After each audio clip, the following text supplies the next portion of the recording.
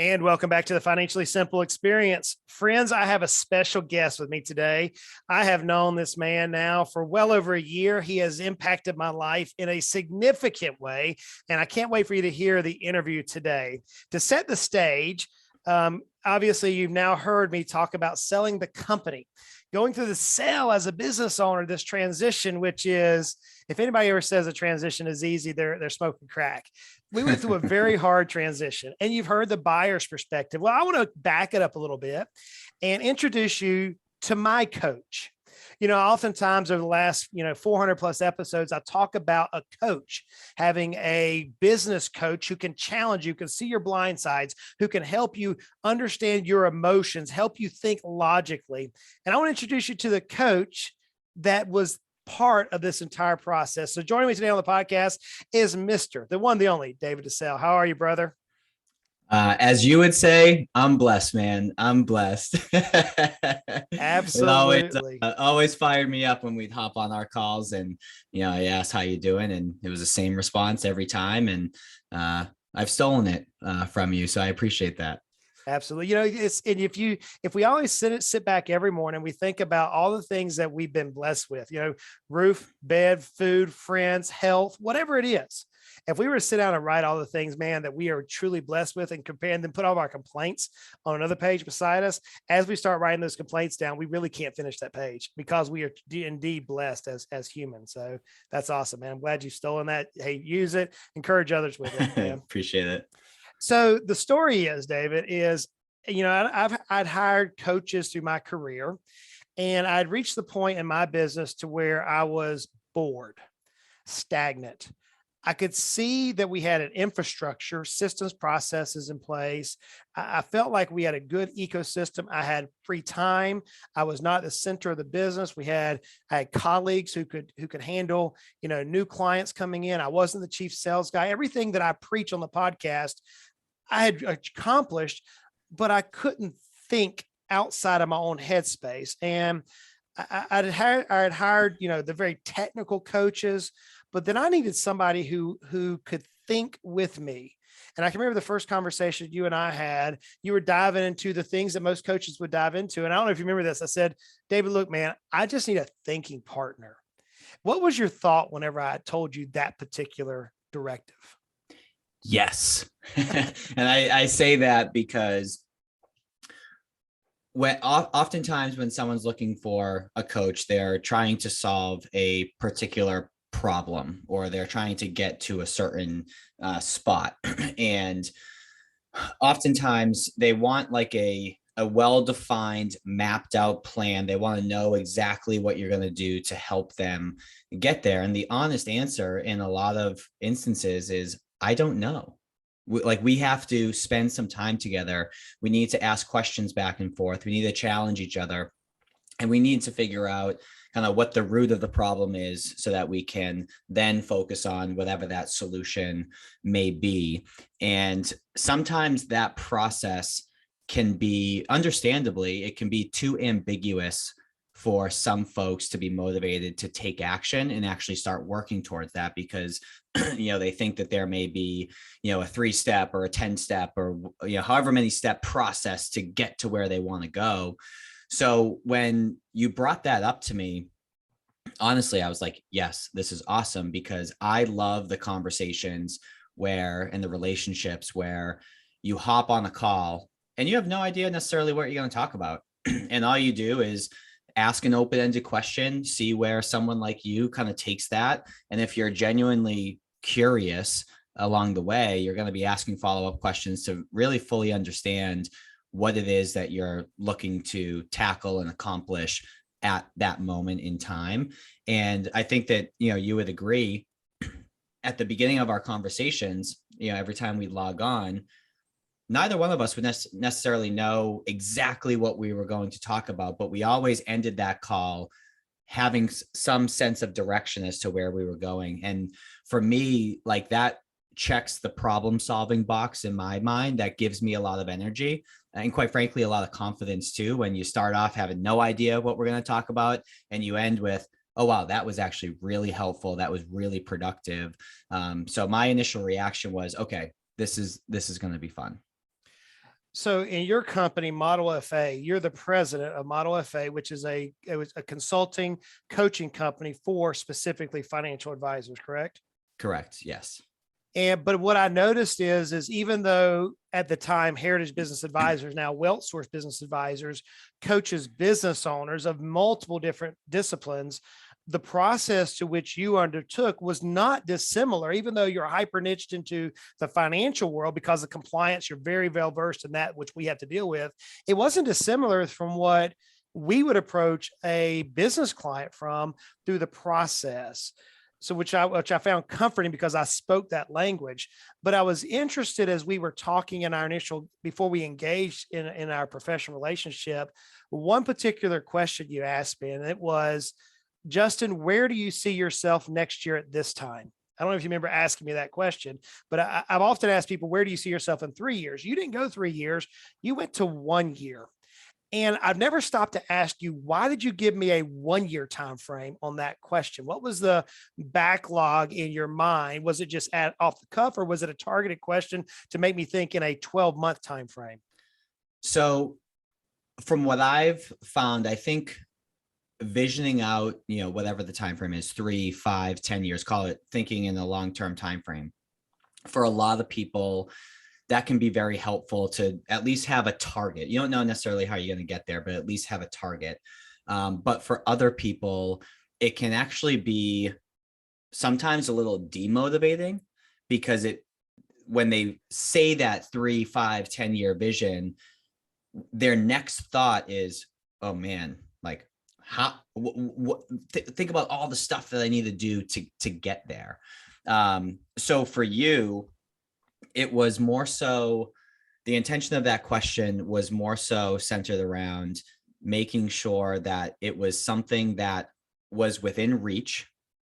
And I guess the way I could sum it up, man, is, and you've heard this before too, is the best way to eat an elephant is one bite at a time.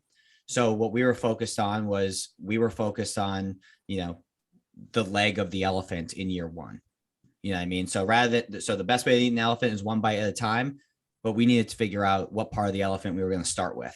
And in this case, it was just the leg, and that was a 12-month leg, so to speak.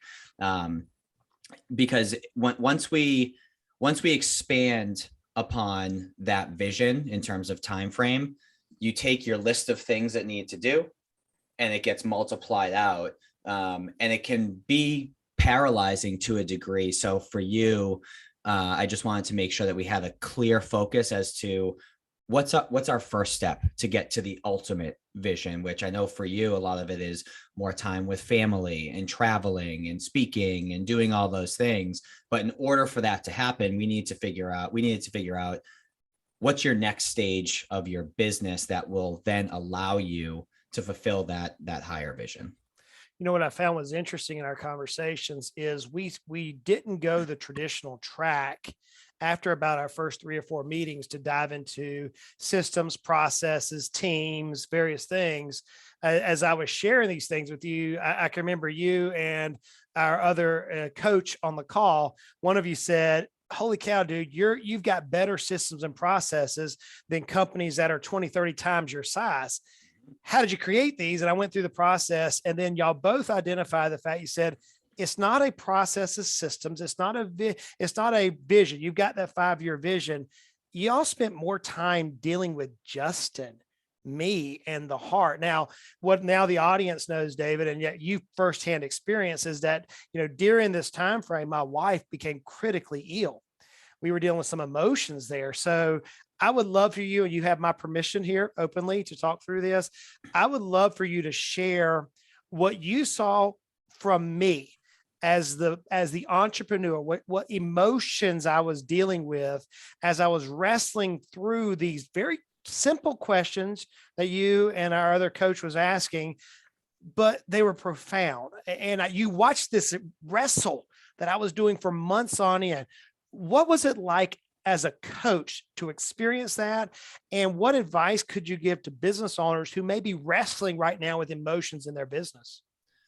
So, and I may kind of go all over the place here to try and coordinate my thoughts, and it may sound weird, but beyond the initial reaction of, oh man, like that stinks. Good luck.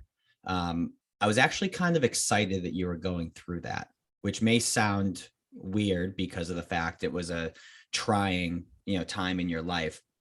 But in getting to know you over the months prior, I knew that that was going to force you to pick a direction, take action to solve that situation, that problem, or whatever you want to call it, opportunity within your business to accelerate your vision. And if you remember, we had talked about the next stage of growth and perhaps joining with another firm.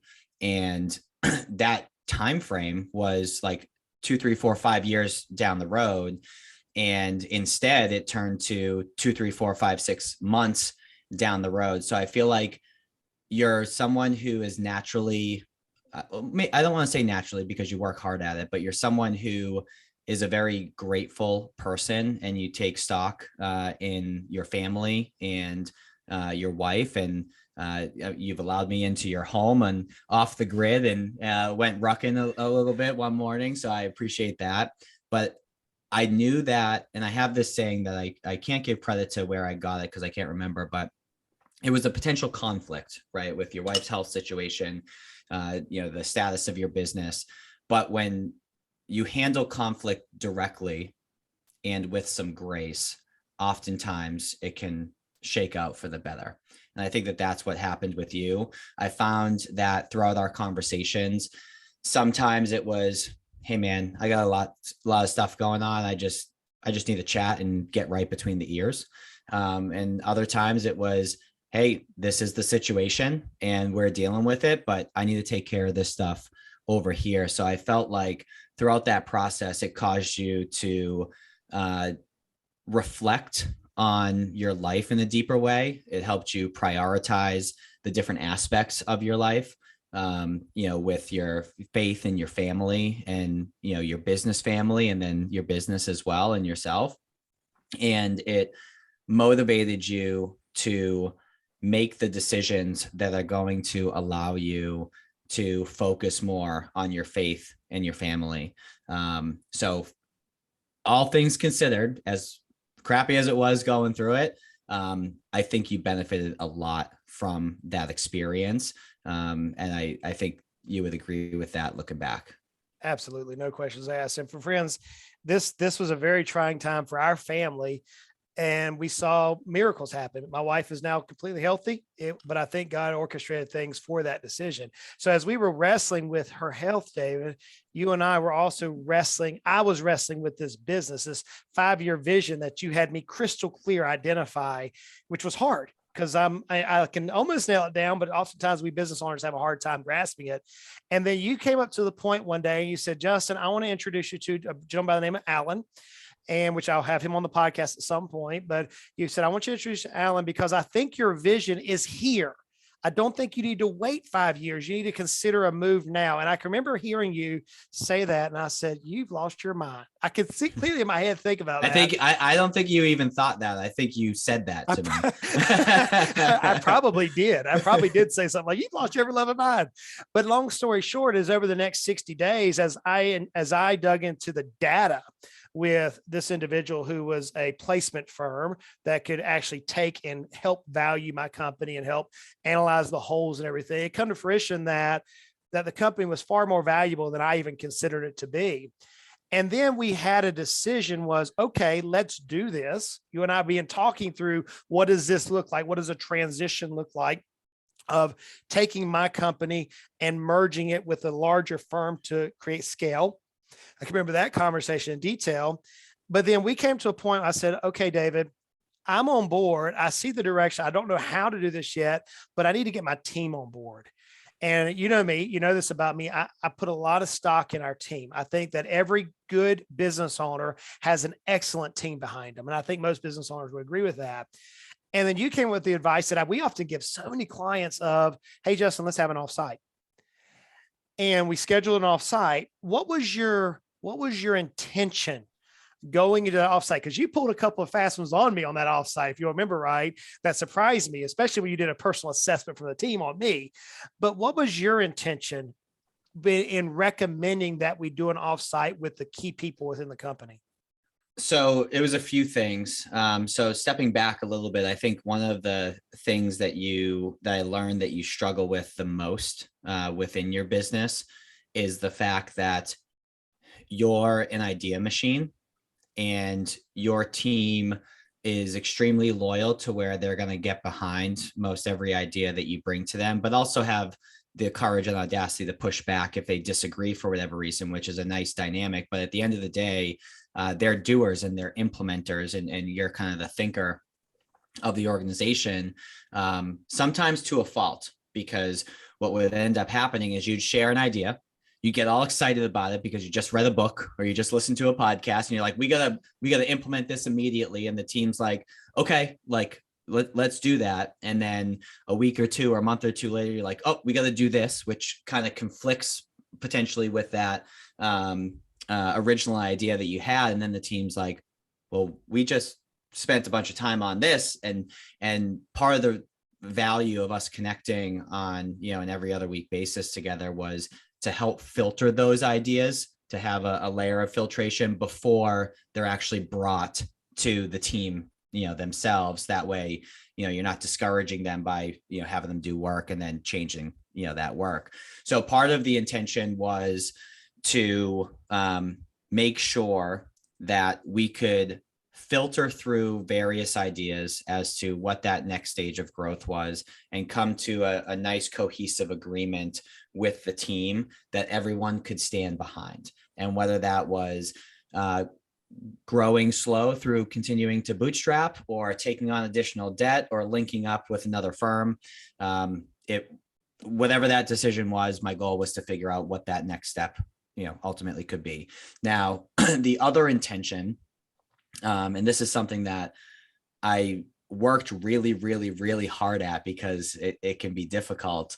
But my other intention was to be as consultative as possible and not show up and try to recruit you guys over to Wealth Source where you happen to be now, obviously. But I think that you can comment on and agree with the fact that I never really pushed or pulled you guys in a particular direction, but it was allowing the team space through various questions that I was asking and topics that I was bringing up to arrive at their own conclusion and figuring out what that best fit was. So to sum that up, it's making sure that we could get the team on the same page with what this next phase of growth looks like, while also giving them space to give you feedback, because oftentimes it's tough to give the leader feedback because of what that dynamic is. So I allowed them to pat you on the back and pick you apart a little bit, which I think was helpful. And then the other intention was just to make sure that I was as agnostic as possible, so it didn't feel like a massive long-winded bait and switch.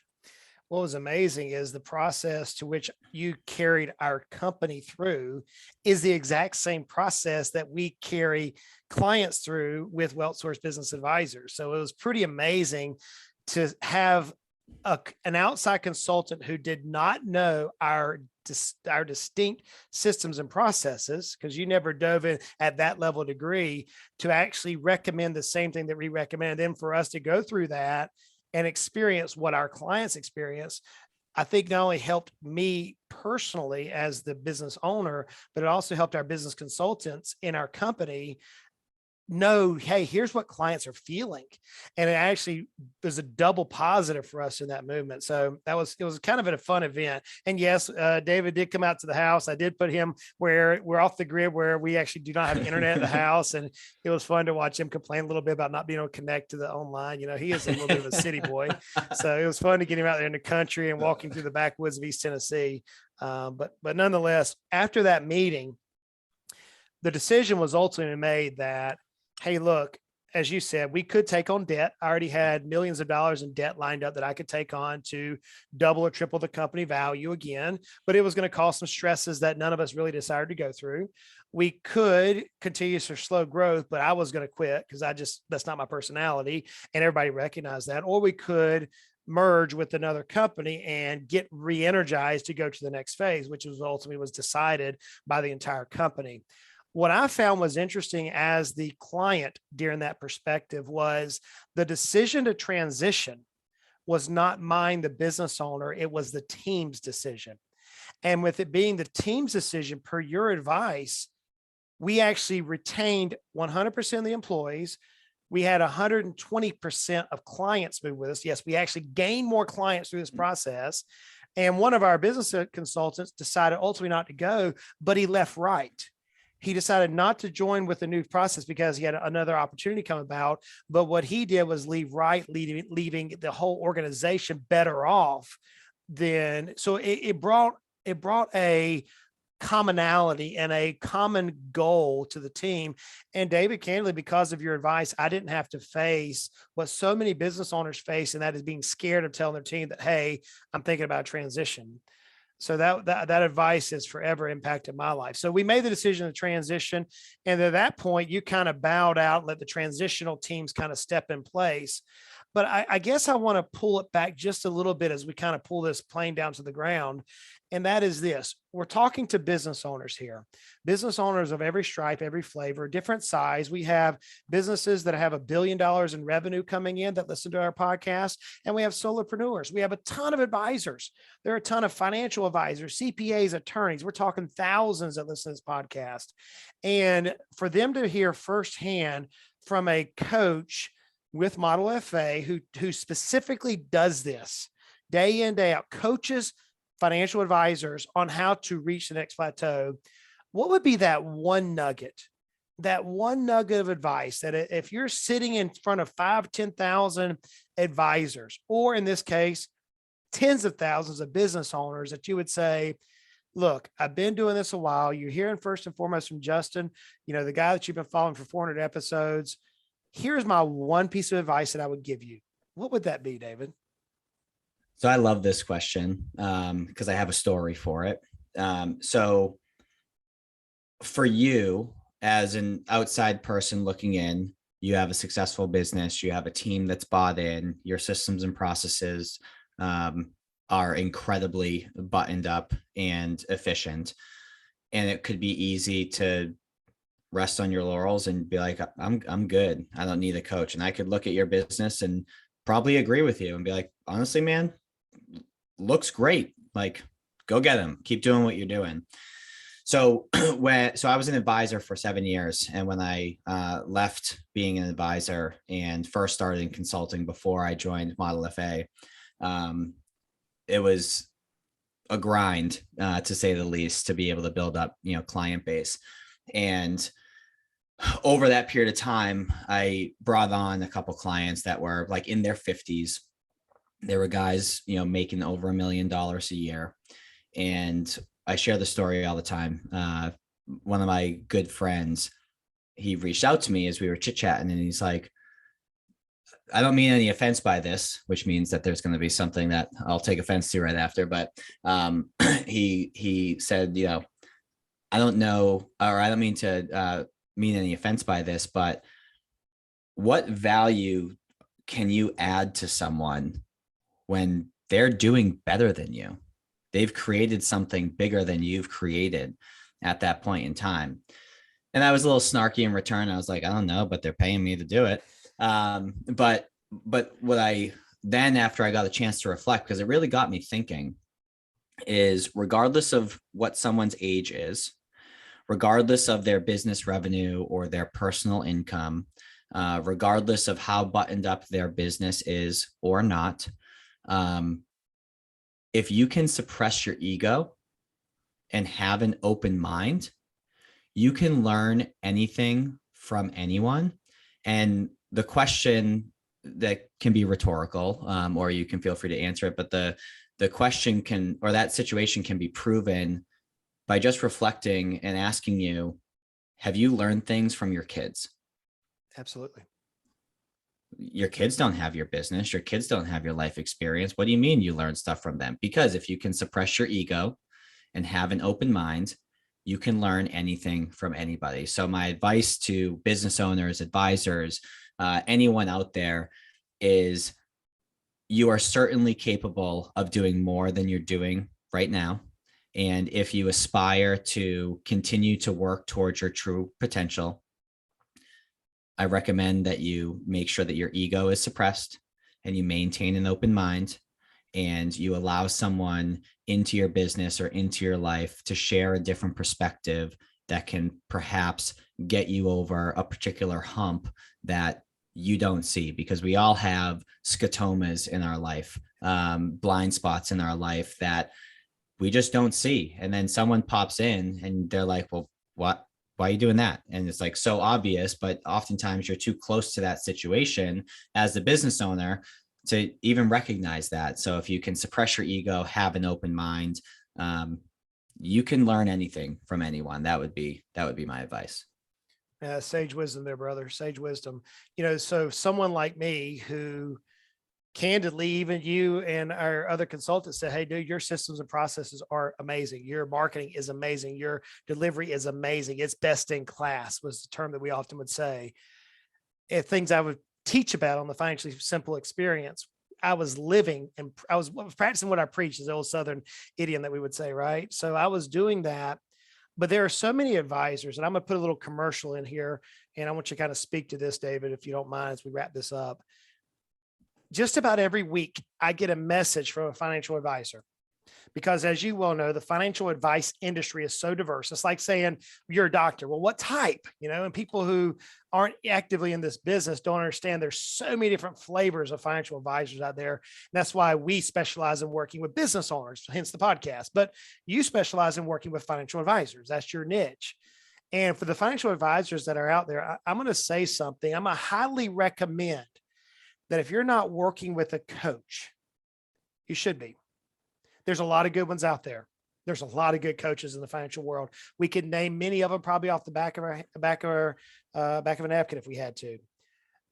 But I personally hired Model FA because of the thinking ability, the recommendation from a dear friend, and the thinking ability of David and his team led me to make one of the hardest decisions of my life that I do not regret. And so, David, if there are financial advisors who, and there are, that follow this podcast and they say, hey, Justin, I want to talk with David, how would you recommend they reach out to you just to engage in an initial conversation? I appreciate that. And I would echo what you said in terms of there's other fantastic coaches out there. And what I care about is that you get a coach. And if that happens to be us, awesome. If it happens to be someone else, awesome. Just make sure whoever you work with, you do the stuff they asked you to do.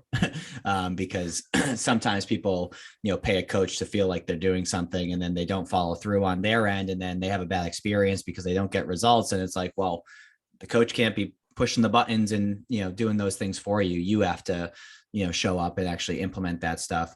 I would say there's 3 main ways to get in contact. One is just modelfa.com. And if you look at the top right-hand side of it, there's 3 tabs that say read, listen, and watch. And it's our blog, our podcast, and our video series. Our blog and our podcast are the ones that are most up to date. And we release those frequently. And we don't hold anything back in those conversations or in those blog posts. So if you are a self-starter, or perhaps you don't have the budget currently to be able to afford hiring a coach, you can get a lot of great information from those resources. So we'd ask you to take a look at that. In a more formal way, if you want to set up a conversation, then just david@modelfa.com and just reference this podcast. And I'm happy to have a conversation. The way that our process works is we hop on a 15-minute intro call, just make sure that, we vibe a little bit and, we understand kind of what's going on. And from there, if it makes sense to invest more time, we bring you through, what we call our practice diagnostic call and that whole process.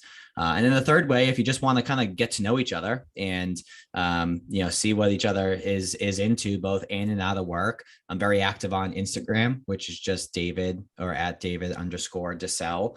So it depends on if you want to learn, if you want to chat, or if you just want to simply get to know each other from afar. But those would be the three places to look at.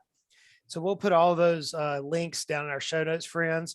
And obviously, we're not specifically talking to financial advisors. So if you're a business owner, you've heard me say this over and over again, you need a coach. You need a coach. The coaches at Model FA can help financial advisors, but the coaches at WealthSource Business Advisors, this is what they do as well. So I wanted to bring David on so that you could see, I'm just not shouting out ideas. Candidly, friends, everything that I've spoken about on the podcast for the last 400 episodes, I've implemented. I really practice what I preach. And because of that tenacity and that vigor that I have for the love of business and the love of impacting our teams, our clients, our vendors, our friends, our families, it has opened up so many doors. And I wanted to have David come in so you could hear first and foremost, hey, I am practicing what I preach, but also what a coach's perspective is. And it's not often just to deliver a product. As I candidly asked David when I first engaged, I said, I'm not interested in products and services. I just need a thinking partner. And brother, I'm going to tell you first and foremost, thank you for being a thinking partner with me during a very, very tough time, a very tough season of my life. I'm forever indebted for your service. Brother, thanks for coming on the podcast today. Appreciate you having me, and I'll keep you posted on how my lemon and lime trees are doing. Keep picking your brain, asking, hey, why aren't they growing? Why aren't they growing? But I got a few lemons that have popped up, so it'll just take some time. So I'll keep you posted. But appreciate you having me on the show, and welcome to the family, man. Well, friends, life is hard. It is. We've all gone through hard times. David's struggling with getting lemons and limes on his trees. we all go through hard times. Life is hard, but life is good. Life is good. One day, David is going to celebrate by having some lemons and limes in his mixed drinks. I can see that coming in the near future. And it can be frustrating waiting for those to come through, but it doesn't have to be financially frustrating. Hey, friends, let's continue to make our lives at least financially simple. Hey, y'all go out and make it a great day.